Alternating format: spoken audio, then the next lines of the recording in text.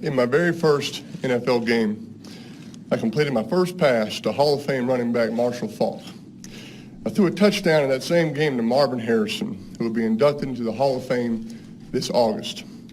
The quarterback for our opponent, the Miami Dolphins, was, after my dad, my favorite player, Hall of Famer Dan Marino, who on the first third down of the game completed a 25-yard skinny post. And it was the damnedest throw I'd ever seen.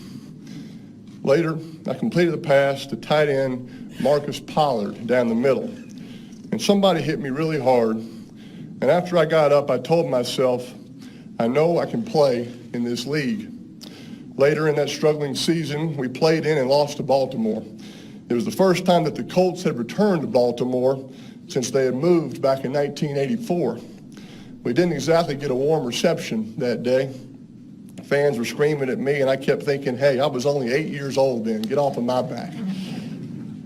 I had met him once before, but when the game was over, I had a chance to shake Johnny Unitas' hand. He told me, Peyton, you stay at it. I'm pulling for you. Well, I have stayed at it. I've stayed at it for 18 years. And I hope that old number 19 is up there with his flat top and maybe his black high tops on.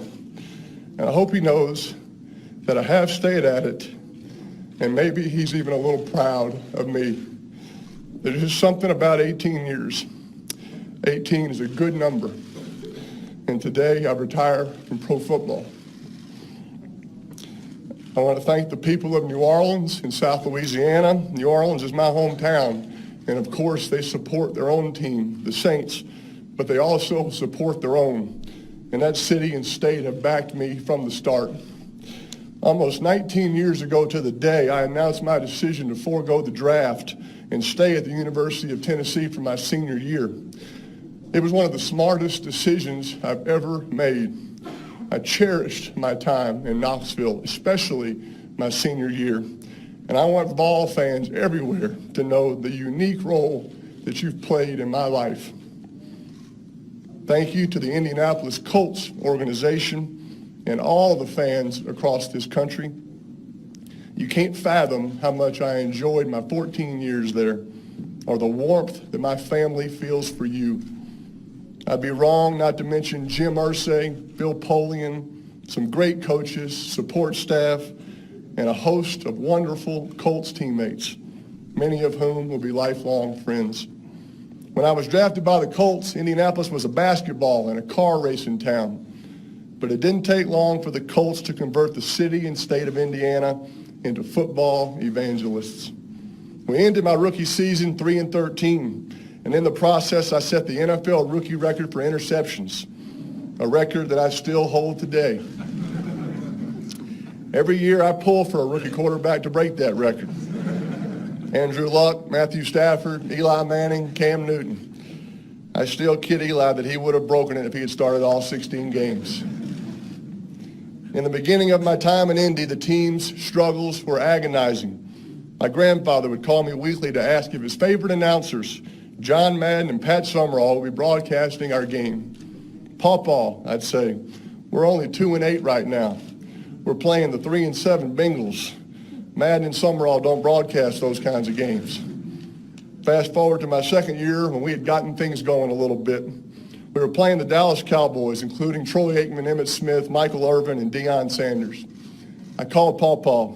Guess what? Madden and Summerall are broadcasting the game. He said, I can't believe it. He was elated. He was very proud. And we beat the Cowboys that week. And we let the world know that the Colts had arrived. Make no mistake about it. We were coming. And we went on to do some phenomenal things, like winning at least 12 games 7 years in a row. And of course, winning Super Bowl 41. And I was truly honored and proud to be a part of it. There's a saying that goes, treat a man as he is and he will remain as he is. Treat a man as he could be and he will become what he should be. When I visited Denver 4 years ago, if John Elway had sat me down and said, Peyton, here's what we're going to do. We're going to win over 50 games, win 4 straight division championships, lose only 3 division games in 4 years, and none will be on the road. We'll beat the Patriots in 2 championship games. You're going to win NFL Comeback Player of the Year, another MVP. Your offense will set single-season passing records. You'll break a couple more all-time records, and we'll go to a couple of Super Bowls. I think I would have taken that deal. John, you did tell me that, didn't you? Grateful is the word that comes to my mind when thinking of the Denver Broncos. I want to thank Pat Bowlen and his family, Joe Ellis, John Elway, John Fox, Gary Kubiak, and their staffs and all the support people in this great organization. To all of my Denver teammates, thank you for what you've done for this old quarterback. And of course, my gratitude to the Broncos fans everywhere. Over my NFL career, I've had 5 head coaches who helped me become better at my craft and helped me become a better human being. Jim Mora, Tony Dungy, Jim Caldwell, John Fox, Gary Kubiak. While I've obviously changed teams, I've had the same football representation for almost 2 decades. I owe Tom Condon many thanks. He has represented me with class at every juncture, and he'll always be a great friend.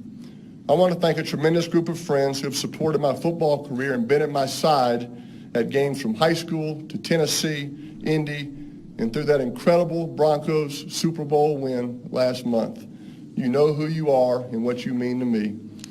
And there is no way to measure or properly express what a family like mine can mean. Mom, Dad, Cooper, Eli, extended family, you are the best. And Ashley, your support is as potent a motivator as any man could have. Ashley's and my kids, Marshall and Mosley, have only been around for a couple of years, but they have changed my life forever. A week before the Super Bowl, our daughter Mosley asked me, "Daddy, is this the last game?" "Yes, Mosley, it's the last game of the season." "I sure do want you to win that trophy." "I do too, Mosley, and that's what we're going to try to do." Then she asked, "Daddy, is this the last game ever?" And that's just when I shook my head in amazement, because I was thinking Mort and Adam Schefter had gotten to my 5-year-old daughter to cultivate a new source.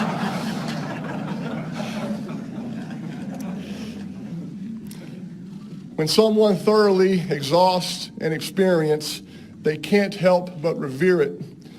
I revere football. I love the game. So you don't have to wonder if I'll miss it. Absolutely, absolutely, I will.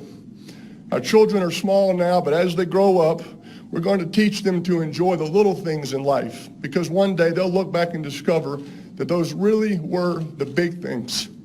So here are the seemingly little things that when I look into my rearview mirror have grown much bigger. I'm going to miss a steak dinner at St. Elmo's in Indianapolis after a win. My battles with players named Lynch, Lewis, Thomas, Bruschi, Fletcher, Dawkins, Sayal, Urlacher, Palomalu, Harrison, Woodson, and Reed. And with coaches like Fisher, Ryan, Belichick, Kiffin, Phillips, Rivera, LeBeau, Cornell, Capers, Lewis, the late Jim Johnson, and so many more. I always felt like I was kind of playing against that middle linebacker or that safety or that defensive coach. I'll miss figuring out blitzes with Jeff Saturday, Reggie sitting on top of the bench next to me, and perfecting a fake handoff to Edgerrin James. I'll miss Demaryius Thomas telling me that he loved me and thanking me for coming to Denver after every touchdown I threw to him. I'll miss putting in a play with Tom Moore and Adam Gase that ends in a touchdown on Sunday. On Fridays, I'll miss picking out the game balls with my equipment guys. And talking football with the broadcast crews before the game, and afterwards I'll miss recapping the game with my dad and checking to see if the Giants won and calling Eli as we're both on our team buses. I miss that handshake with Tom Brady, and I miss the plane rides after a big win with 53 teammates standing in the aisles, laughing and celebrating during the whole flight. I miss playing in front of so many great fans, both at home and on the road, and I'll even miss the Patriot fans in Foxborough, and they should miss me because they sure did get a lot of wins off of me.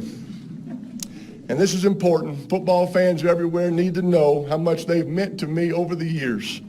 Fans, you are at the core of what makes this game remarkable. I've received more letters from you than I can count. fan letters that have touched me, made me think, laugh, and moved me to act. I've learned a lot through my mistakes, stumbles, and losses in football. I've also learned that this game is a mighty platform that has given me a voice that can echo well beyond the game. Football has taught me not to be led by obstructions and setbacks, but instead to be led by dreams. Due to some good genes, I'm smart enough to know that those lessons can enrich who I am and where I go from here.